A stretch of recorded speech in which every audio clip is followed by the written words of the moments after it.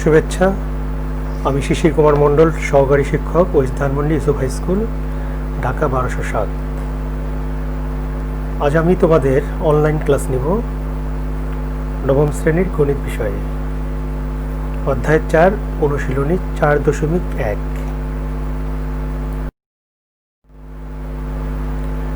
একটু তাকাও দিকে, আমি কি লিখেছি বলতে পারবে? এ গুণ এ গুণ এ সমান এ, তার উপরে পাওয়ার 1 প্লাস 1 প্লাস 1 যোগ করে হলো কত? এ কিউব। এ গুণ বি গুণ বি, এটা হলো এ স্কোয়ার বি স্কোয়ার, এটা হলো টু দি পাওয়ার 5। তাহলে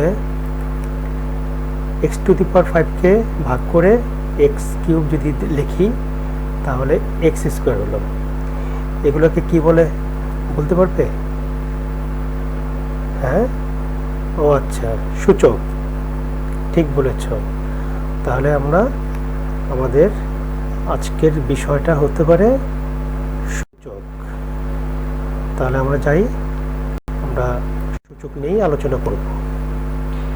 এই পাঠ শেষে তোমরা কি শিখতে পারবে? তাহলে চলো আমরা বলি।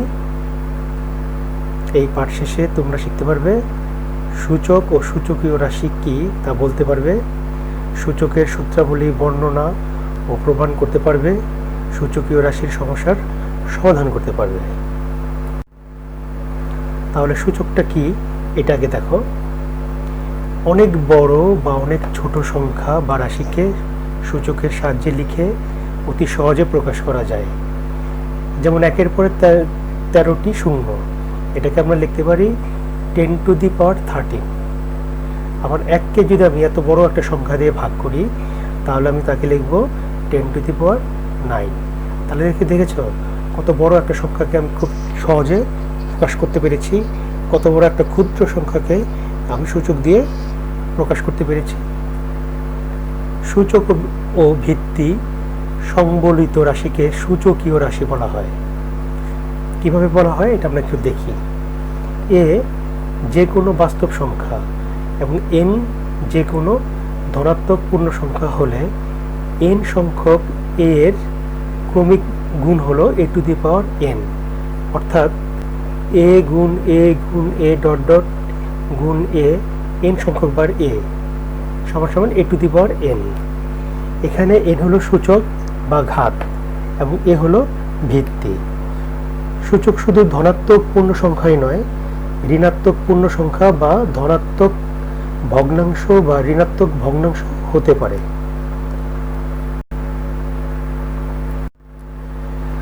এবার আমরা একটু সূচকের সূত্রাবলী নিয়ে একটু আলোচনা করি। এখানে গুণের সূত্র দেখো। গুণের ক্ষেত্রে কি হয়? বেজ যদি সমান থাকে, বেজ মানে এ, এটা যদি সমান থাকে তাহলে পাওয়ারগুলো যোগ হয়ে যাবে, এম প্লাস এন। এখানে এ টু দি পাওয়ার এম ভাগ এ টু দি পাওয়ার এন, এক্ষেত্রে আমরা লিখতে পারবো a to the power m minus n, অর্থাৎ ভাগের ক্ষেত্রে হবে বিয়োগ। যখন m greater than equal n হয় তখন আমরা এম মাইনাস এন লিখি। আবার যখন এমটা বড় আর এমটা ছোট তখন আমরা লিখতে পারবো 1 by a to the power n minus n. 3 নম্বরে দেখো a b to the power n, এটা আলাদা আলাদাভাবে a to the power n into b to the power n লিখতে পারি। আবার a by b to the power n, এটাকে লিখতে পারি a to the power n by b to the power n. A to the power m n কে লিখতে পারি a to the power m n. 6 নম্বরটা দেখো a to the power 0 equal to 1, এটাকে বলা হয় শূন্য সূচক। আবার a to the power minus n সমান 1 by a to the power n, একে বলা হবে ঋণাত্মক সূচক। এদের একটু খেয়াল করবে 6 এবং 7, একটা হচ্ছে শূন্য সূচক আর একটা হচ্ছে ঋণাত্মক সূচক।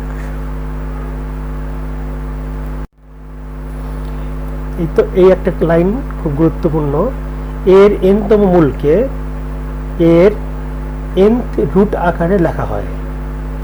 এখানে যদি এর জায়গায় যে কোনো সংখ্যা থাকতে পারে, n এর জায়গায় যে কোনো সংখ্যা থাকতে পারে, তাহলে আমরা এই সূত্র অনুসারে লিখে ফেলতে পারবো। এবার এটা দেখো, এটা খুব গুরুত্বপূর্ণ একটা জিনিস বা সূত্র, যেটা আমাদের প্রায় কাজে লাগবে। a greater than 0, a not equal to 1 শর্তে a two the power x সমান a two the power ay হলে x সমান y লিখতে পারবো। অর্থাৎ এখানে যদি বেস সমান থাকে তাহলে পাওয়ারগুলো সমান হবে। আবার এক্ষেত্রে যদি পাওয়ার সমান থাকে তাহলে বেসগুলো সমান হবে, a সমান b, এটা সমান হবে। এবার আমরা অঙ্কিতে চলে আসছি, এটা সরল করব। এখানে দেখো 7 স্কোয়ারকে যদি কিউবিক রুট করা হয় আর 7কে যদি কিউবিক রুট করা হয় আর এখানে 7 রুট, তাহলে আমরা কি লিখতে পারি? আমরা এখানে লিখলাম 7 স্কোয়ার 1/3, 7 টু দি পাওয়ার 1/3। এখানে দেখো এই যে কিউবিক রুটের পরিবর্তে আমরা 1/3 লিখেছি, এখানে 1/3 লিখেছি, আর এখানে রুটের পরিবর্তে হাফ লিখেছি।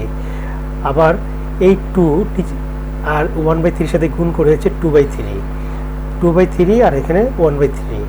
তাহলে এটা কিন্তু বেস সমান। তাহলে আমরা বেস যদি সমান রাখি তাহলে উপরে যেহেতু ছিল অর্থাৎ গুণাকারে ছিল, এই জন্য এই দুইটা 2/3 প্লাস 1/3 এটা যোগ হয়েছে। আর এখানে যেহেতু এটা ভাগ ছিল, এই জন্য আমরা এটাকে বিয়োগ আকারে লিখেছি 1/2।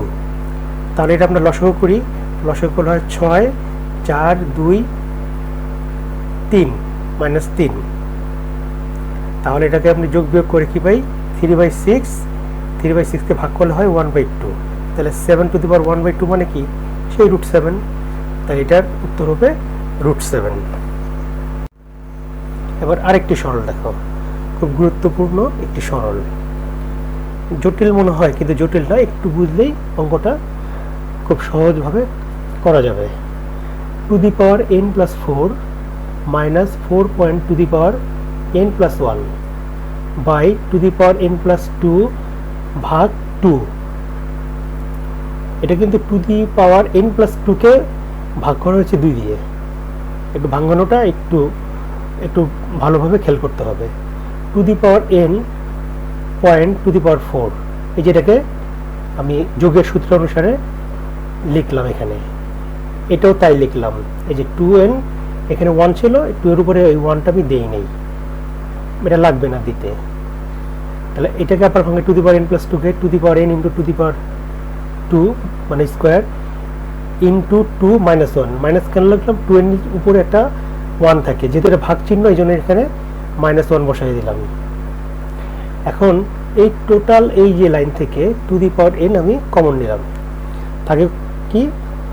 Two the power 4 -4.2 by to the power n.2 square -1।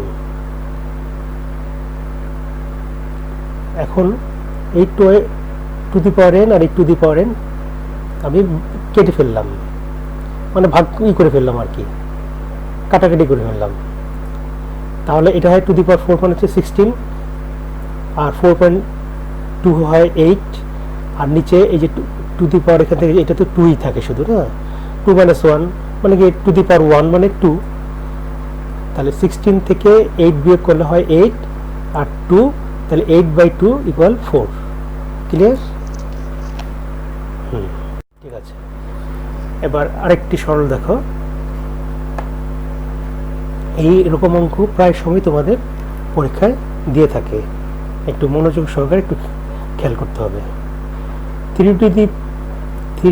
Two the power m+1 by 3 to the power m to the power m-1 ভাগ 9 টু দি পাওয়ার m+1 আছে, আর এটা এইভাবে দেখো। আমরা এই প্রথম রূপ ঠিক রাখলাম, এইটাকে যে 9 টু দি পাওয়ার m-টাকে এটা আমি এখানে ভাঙালাম, দেখো 3 স্কোয়ার, এই যে 9কে 3 স্কোয়ার ভাঙালাম, আর সকল কিছুই ঠিক ছিল। এরপরে দেখো এটা যা আছে তাই 3 টু দি পাওয়ার m+1 এটা গুণ করে দিলাম।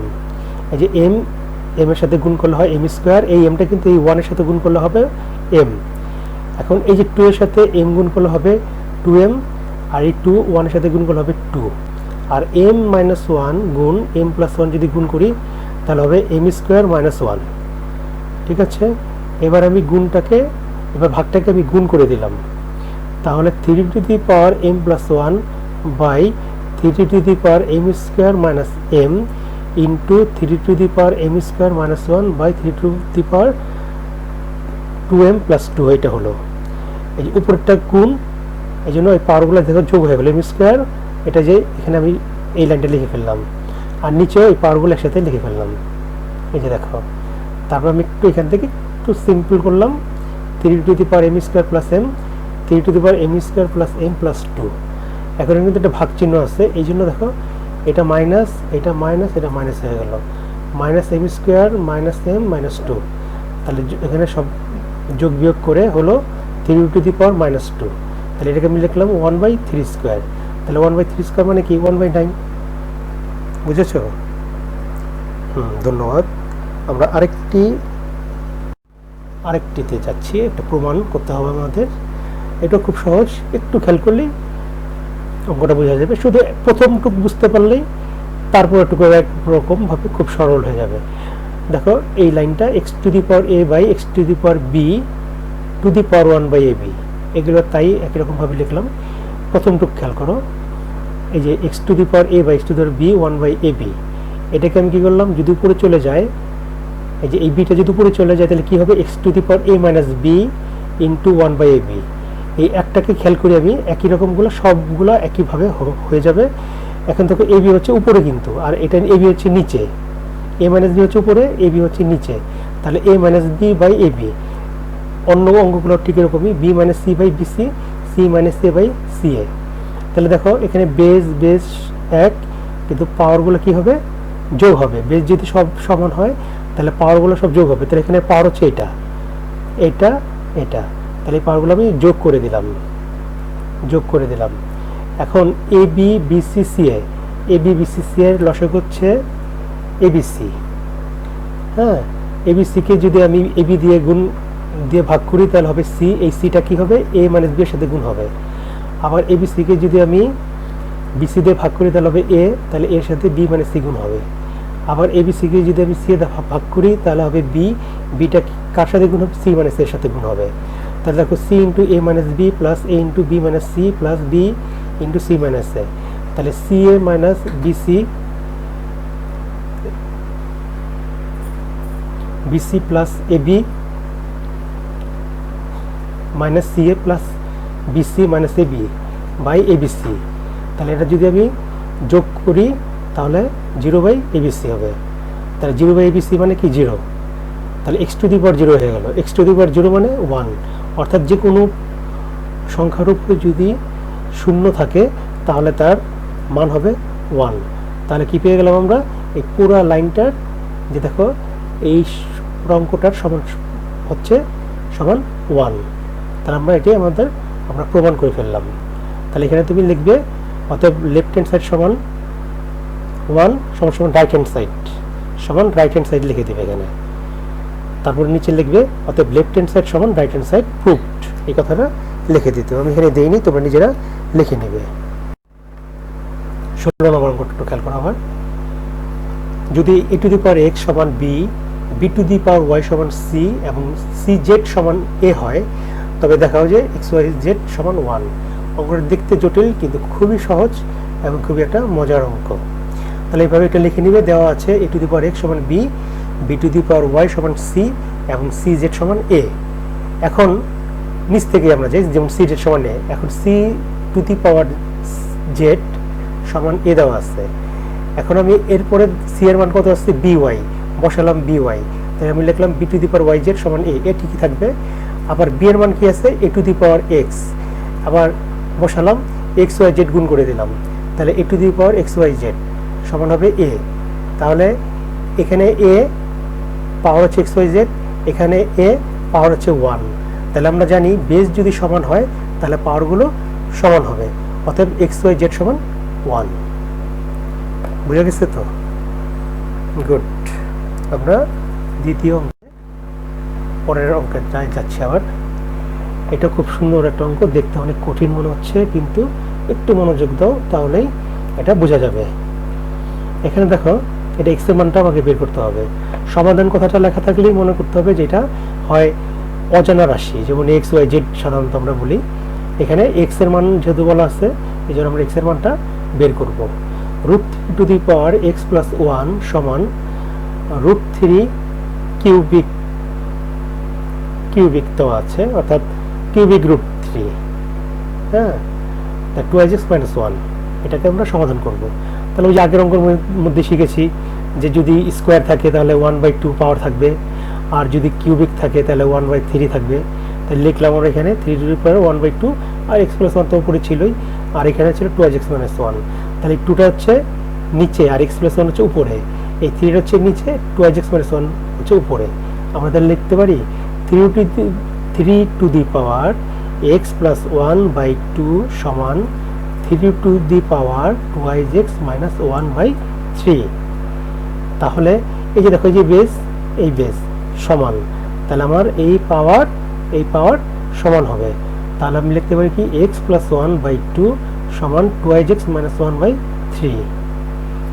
তাহলে আমি এখানে গুণ করে দিই, এটা যে 4x - 2, এই যে 2 দিয়ে 2xটাকে আর -1কে গুণ করে দিলাম, তাহলে এটা হবে 4x - 2, আর এটা দিয়ে এটা গুণ করে দেবো, তো এটা হবে 3x + 3। তাহলে এই 3xটাকে এদিকে নিয়ে আসলাম, আর এই 2টাকে এদিকে নিয়ে আসলাম, তাহলে এই 2টা কিন্তু হয়ে গেল প্লাস, আর এই 3xটা হয়ে গেল মাইনাস। তাহলে 4x থেকে 3x যদি বিয়োগ করি তাহলে হবে x, তাহলে 3 + 2 = 5। কি কঠিন? কোনো কঠিন না। আমরা নেক্সট অঙ্কে যাচ্ছি। তো এটা আমরা একটু মনোযোগ সহকারে, এটাও আমরা একটু খেয়াল করতে হবে। এটাও দেখতে অনেক বড় মনে হচ্ছে, কিন্তু আসলে খুবই বড় না। একটু খাতাটা বের করে অঙ্কটা করা শুরু করবে, তাহলেই কোনো সমস্যা হবে না। দেখো 2x + 2⁻1 - x, এটাকে আমি যদি ভেঙে লিখি তাহলে কীভাবে হবে? 2x + 2/2x সমান 3। এখন এই 2x-টাকে, সরি 2x না, এটা হবে 2x, হ্যাঁ, এই যে 2x-টাকে যদি আমি a ধরি তাহলে কি হবে? a + 2/a = 3। ওকে, এটা a হয়ে গেল, এটাও a হয়ে গেল। তাহলে কি হবে? এটা যদি আমি লসাগু করি, a² + 2/a = 3, এটাকে আমি যদি একটু এইভাবে আড়াআড়ি গুণ করে দিই, তাহলে a² + 2 = 3a, বা a² - 3a + 2 = 0। এখন দেখো, এটা উৎপাদকের ফর্মেট, একটা উৎপাদকের ফর্মেট আছে, এখন এটাকে উৎপাদকের মতো করে লিখি। তাহলে a² - 2a - a + 2 লেখা যায়। এখন এটাকে এখান থেকে প্রথম দুটার থেকে আমি a কমন নিই, আর এখান থেকে আমি 1 কমন নিব। তাহলে a - 2 হলো, তার -1 যদি নেই, a - 2 হলো। তাহলে এই দুটো কমন, a - 2 ব্র্যাকেট দিয়ে a, এই যে মাইনাস, এই যে 1 সমান 0 হয়। এখন দেখো, দুইটা রাশির গুণফল যদি 0 হয় তাহলে মনে রাখতে হবে, প্রথম হয় এই রাশিটার মান 0 হবে, a - 2 এর মান 0 হবে, না হয় a - 1 এর মান 0 হবে। তাহলে আমরা a - 2 যদি 0 হয় তাহলে এটা লিখলাম, অথবা a - 1 = 0 এটা লিখলাম। তাহলে এখান থেকে 2টা দিকে নিয়ে আসলাম, তাহলে এই এর মান কত? 2x = 2। তাহলে এখানে বেস সমান পাওয়ার হচ্ছে x, এখানে বেস, এই বেস 2, এটার পাওয়ার হচ্ছে 1। তাহলে এখানে বেস সমান, তাহলে x সমান কি লিখতে পারবো আমরা? 1, x সমান 1। একইভাবে এটা এদিকে একটু তাকাই, a টু দি a সমান 1, তাহলে এর মান কত? 2x সমান 2⁻0 বসালাম কেন? এখানে 1 বলা আছে, কেন নিলাম? এখানে যদি 2 লিখছি, তার সাথে আমার একটা সমন্বয় করে এখানে বসাতে পারবো। এখানে আমি 3⁻0 বসাতে পারতাম, 5⁻0 বসাতে পারতাম যদি 5 এখানে থাকতো, কিন্তু এখানে যেহেতু 2 আছে, 2 এর সাথে সমন্বয় করে আমি এখানে 2 বসালাম। তাহলে 2x সমান 2⁻0, তাহলে বেস সমান পাওয়ার সমান হয়ে যাবে, তাহলে x = 0 হয়ে গেল। কি কঠিন মনে হচ্ছে? কোনো কঠিন না, বাসায় প্র্যাকটিস করতে হবে, বেশি বেশি প্র্যাকটিস করলেই করা যাবে। এখন একটু তোমাদেরকে নিজে নিজে সলভ করতে হবে। এখন পজ চেপে এই জিনিসগুলো তোমাকে করে নিতে হবে। X to the power a to the power b c dot x to the power b to the power minus c a সমান কত? এখানে রুট 81-এর, এখানে বলা যায় 81-এর 4তম মূল, 81-এর 4তম মূল সমান কত? আরেকটা আছে 4 টু দি পাওয়ার এক্স সমান 8 হলে এক্স এর মান কত? এই অঙ্কগুলো কিন্তু এখানে এই যা যা আলোচনা করেছি তার মধ্যেই কিন্তু আছে। তুমি বই না খুলে এই যতটুকু আলোচনা হয়েছে তার আলোকে এগুলো উত্তর করে চেষ্টা করবে এবং তারপরে পরে উত্তর মিলিয়ে নিবে। আগে এটা পজ দিবে, হ্যাঁ, পজ করে তারপরে উত্তরটা লেখে, ভুল হলে হোক, কোনো সমস্যা নাই, ভুল হলেও অঙ্ক শেখা হয়। আগে অঙ্কটা করে তারপর উত্তরটা মিলিয়ে নিবে, তারপরে পরের ধাপে যাবে। উত্তরটা আমি এখন এই যে দিয়ে দিলাম 133/2। তাহলে বাড়ির কাজ অনুশীলনী 4.1-এর তোমাদের পাঠ্য বইয়ের অনুশীলনী 4.1-এর 9, 10, 15, 21, 22, এখানে 9, 10, 15 এগুলো কিন্তু তুমি যে আলোচনা হয়েছে, যে সূত্রগুলো হয়েছে তার আলোকে, এবং 21, 22 হচ্ছে সৃজনশীল কিন্তু তোমাদের নিজেদেরই করতে হবে। তারপরও সৃজনশীলের অনেকগুলি অঙ্ক আমার এই আলোচনার মধ্যে চলে আসছে, তোমরা সেগুলো সলভ করবে, ধীরে ধীরে করবে। তাহলে ধন্যবাদ সবাইকে, সুন্দরভাবে থাকবে, সুস্থভাবে থাকবে। আমার পড়ানোটা কেমন হয়েছে মন্তব্য করে জানালে খুশি হব। গঠনমূলক সমালোচনা প্রত্যাশা করি। ভালো থাকবে, সুস্থ থাকবে। ধন্যবাদ সকলকে।